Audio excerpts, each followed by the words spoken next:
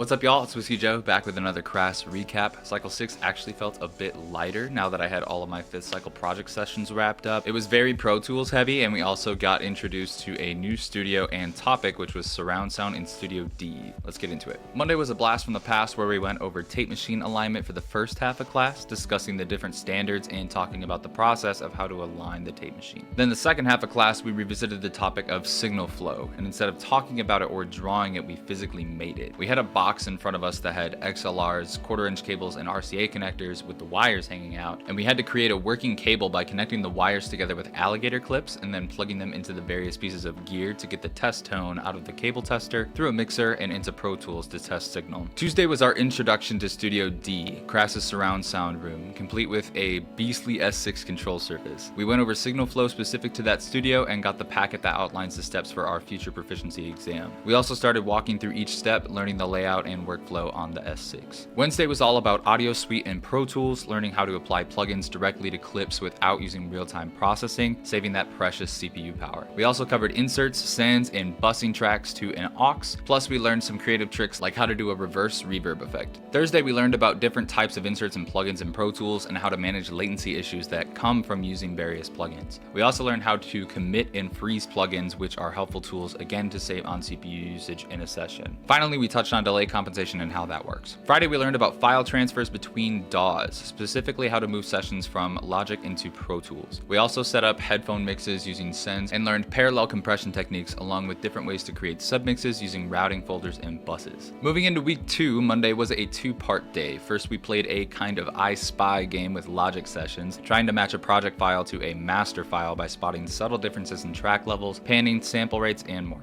Then in the second half of class, we continued our conversation on tape alignment, learning hands-on how to adjust the gain and bias settings using what's called an MRL or magnetic reference laboratory tape and why we do it. Tuesday was a pretty chill day. We were back in the surround sound arena in Studio D, and all we did was go over the other half of the packet of proficiency instructions. We did that in groups a couple times, ran a Kahoot, and called it a day. My buddy Chris had the studio booked right after class, so we stuck around and went through the whole proficiency before we took off for the night. But that was it for Tuesday. Wednesday, we were in Pro Tools talking about everything automation, how it works, what the latch and touch functions do under the automation dropdown, along with the different ways to pencil in automation and the different pencil tools that are available to use. Automation is something I'd always been intimidated by just because I didn't really have an understanding of how it worked or how to use it. But after this class, I feel like it just opened up a bunch of creative doors for me, and I'm super excited to experiment with it in future projects. Thursday, we talked about the different versions of Pro Tools, Standard, Ultimate, and so on, and what each version has to offer. We also went deep into the Pro Tools I/O settings, which I was always confused about because I never really know how it worked, especially when going from studio to studio to record or mix and making sure everything's set up correctly from the get-go. So this class cleared up a lot of things for me. We also talked about how to bounce out mixes by groups or bus so we could send out the drum tracks to the drummer or whatever combination of tracks you wanted to bounce out. Friday was a pretty chill day. We spent the first hour of class going through how to properly import tracks and audio from one session into another session. This is good if you had a client that recorded drums and bass in one session, then recorded the guitars and vocals in another, and you wanted to combine them into one master session in Pro Tools. We spent the remainder of class mixing a track, learning different techniques from our instructor on how to EQ kick and snare, and some cool reverb tricks on vocal tracks and more. Saturday, I went to the Smart certification training class. I had to take a pre-test, then booked the class, took the class. Now I have to take the final written and hands-on test in order to get the cert. Smart is a software used to analyze and measure the acoustics of a room or live sound environment to help aid in eliminating phase issues before a performance or even in a control room. After the class, I feel like I definitely understand the concept of it, but need to put in at least a couple reps using the software to feel comfortable and passing the proficiency. Week 3 Monday was a super quick day. We went in and took our final for CT100, filled out instructor feedback forms, then got out of there. Tuesday was an intro to surround sound class. We were in Studio D and went through a slideshow that reflected a reading we had to do, which was an intro to surround sound. We talked about the history of audio and how it progressed from mono to stereo, then eventually the many different forms of surround, from the most common being 5.1 to more advanced setups like 7.1.4. By the end of class, we listened to some songs that were mixed in surround sound, and that was pretty cool. We will have to mix a song in surround as a future assignment as well. Wednesday, the big topics were tempo mapping and using MIDI in Pro Tools. We learned how to work in the piano roll and the different functions that it has, and we also took a segment of audio and used the beat detective function to determine the tempo of that audio. We finished class by independently working through a Fix Me Pro Tools file, which we had to try and fix the setup based on the issues listed in a Pages document. Thursday was a fun class. It was an intro to sound design with Rick Allen, who has credits all over the place, including Netflix, Disney, Hulu, Sony Pictures, and so much more. Such a cool dude to have met and had a class with. We went over a few videos of interviews with different sound designers in the industry, going over how some crazy sounds you hear in movies and video games are actually created. We also talked about how we can use different plugins and edit functions in Pro Tools to manipulate sound in a post-production environment. At the end of class, we recorded some random sounds in the room with an iPhone microphone and manipulated them in Pro Tools. To end Cycle 6, we had our Pro Tools Tier 2 proficiency/certification exam at the start of class, 20 plus tasks in 30 minutes, including recording audio, using Audio Suite, setting up a headphone mix, using buses, creating submixes, and other things. I completed everything in time, but there were only a few minutes left on the clock by the time I was done, so there really was little room for error. It's important to take your time and be accurate. Read slow, but work fast. After the proficiency, we learned about elastic audio and how to fit audio clips to a certain tempo, similar to how we can quantize MIDI notes to a grid. This is something that is especially important when working with pop music, for example, where the music is very much to the grid. Cycle 6 was packed with so much hands-on learning, especially around tape, surround sound, and Pro Tools. I've also been making sure to continue putting my time in the studios after hours, this cycle going to 5 different tracking sessions, and wish I could have done more. I feel like I say this every cycle, but next cycle is going to get very busy in terms of certifications. Pro Tools Tiers 3 through 6 open up along with Melodyne and Autotune, which have required classes to attend in order to take the proficiency, and then Logic Cert opens up as well. So the calendar is going to fill up quick to try and get as many of these certs as I can before you graduate. So if you're in the program and you're watching this, get your certifications early or you might run out of time. With all that said, thank you so much for watching. I hope this information was helpful.